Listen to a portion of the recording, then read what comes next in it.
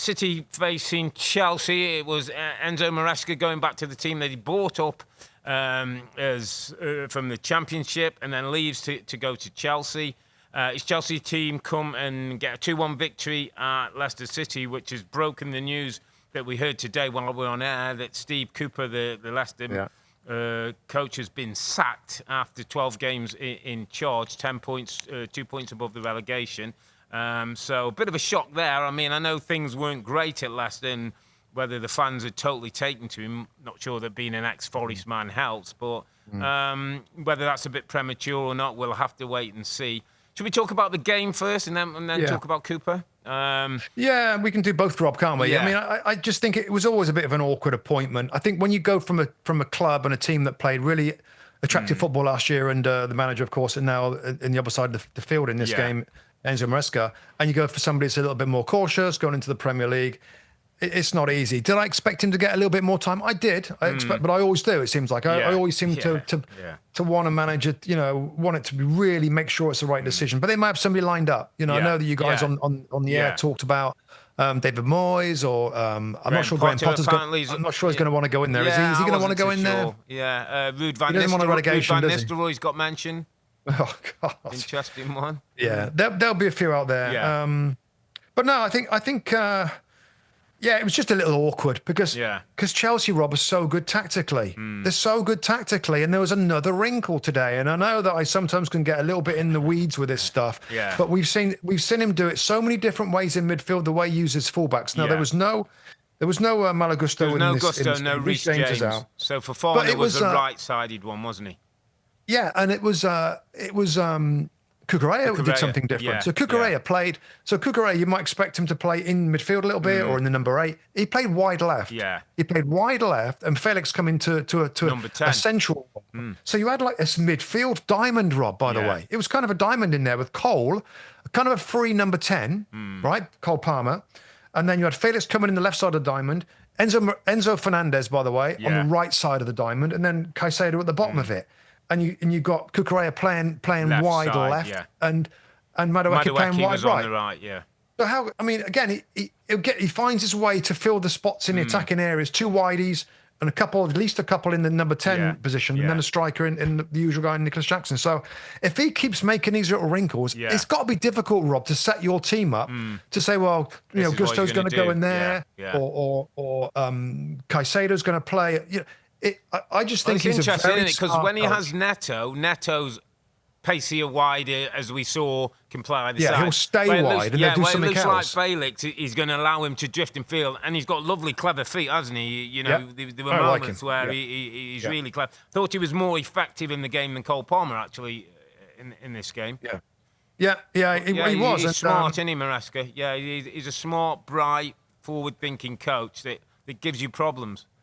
Yeah, and the squad's good, mate, isn't it? The players that they had missing defensively, still no problem. It's a very strong squad. Mention as well. Enzo Fernandez a mention, Rob, because found his way out of the team through Lavia, and he talked about why Lavia and Caicedo was a better fit, more athletic, get across the pitch, and it was almost like a little message to Enzo Fernandez, who's obviously buckled down, who's got back to form, scores a good goal, gets the second goal, captains the team. I thought was excellent during the game. His work off the ball, his diligence.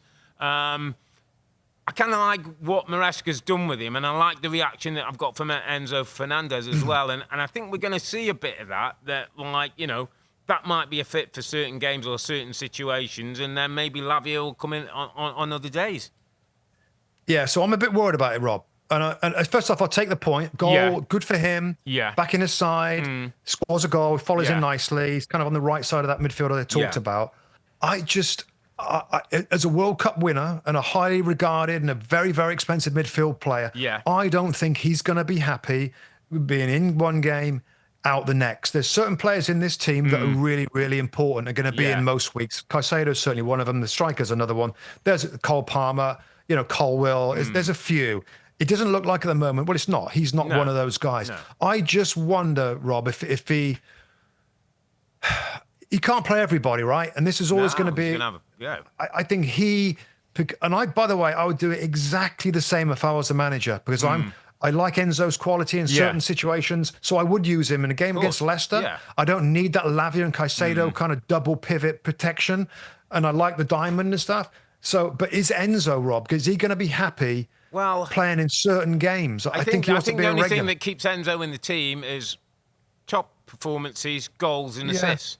So working off the ball. There's no It's like there's no passengers in this team. He's not going to allow a passenger, and if he gets that added to the ability that is undoubtedly there, then he plays. And I think as a player, Rob, you always accept that. If you're doing okay and you're in the team, you want to stay in the team, and if you're not doing okay, you understand in that situation where somebody else might come in and get the spot.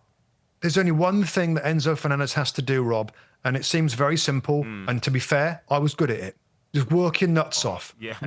Work really hard and do your defensive diligence, track your runners, sniff out danger, because his football is brilliant, like miles better than Lavia. If he just had a little bit of that side of the game, he's in all the time. Yeah. But for some reason, maybe Maresca can get it out of him. He hasn't shown that desire to help and be a two-way player. No. And you just said it.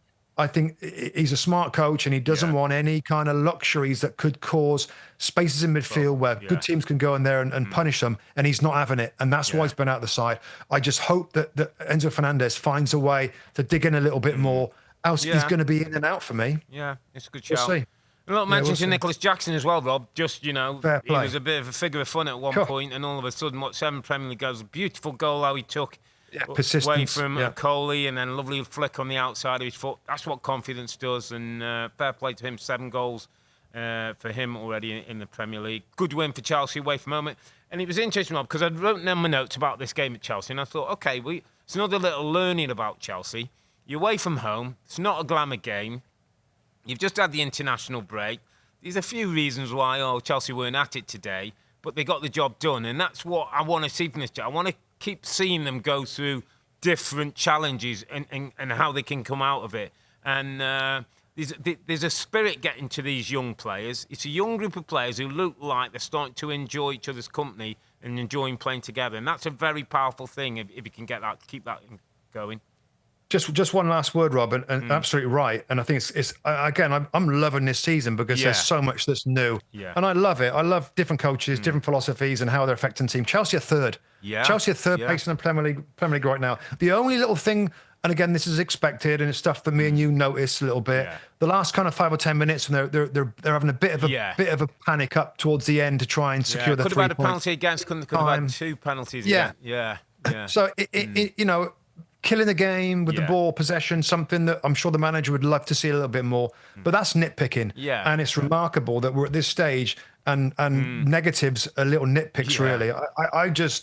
I think that it's a fascinating project. And again, I'll say it one more time, that the 2 sporting directors at the football club, fair play. Ballsy moves, what they did with the philosophy of the signings, and Mauricio Pochettino, of course, was finding the right way, and they still said to the owners, here's a little dossier, here's like why we should change a manager. And so far so good. Well done. Top class. Yeah, they lost a manager, and they're looking to find a manager now. Leicester City, obviously, Steve Cooper is gone. We'll have to wait and see over the next coming days. I get the sense, Rob, there must be somebody pretty lined up. I wouldn't think that this has stayed too long. Yeah, they can't mess around now, mate. No, they got to get somebody in and get somebody work. Got 28 games to save to make season. Sure that Leicester City stay up. Hi there, I'm Rebecca Lowe, studio host of NBC's coverage of the Premier League. Don't forget to hit subscribe to watch more videos all season long. And if you want even more Premier League content, from original series to live matches, head over to Peacock.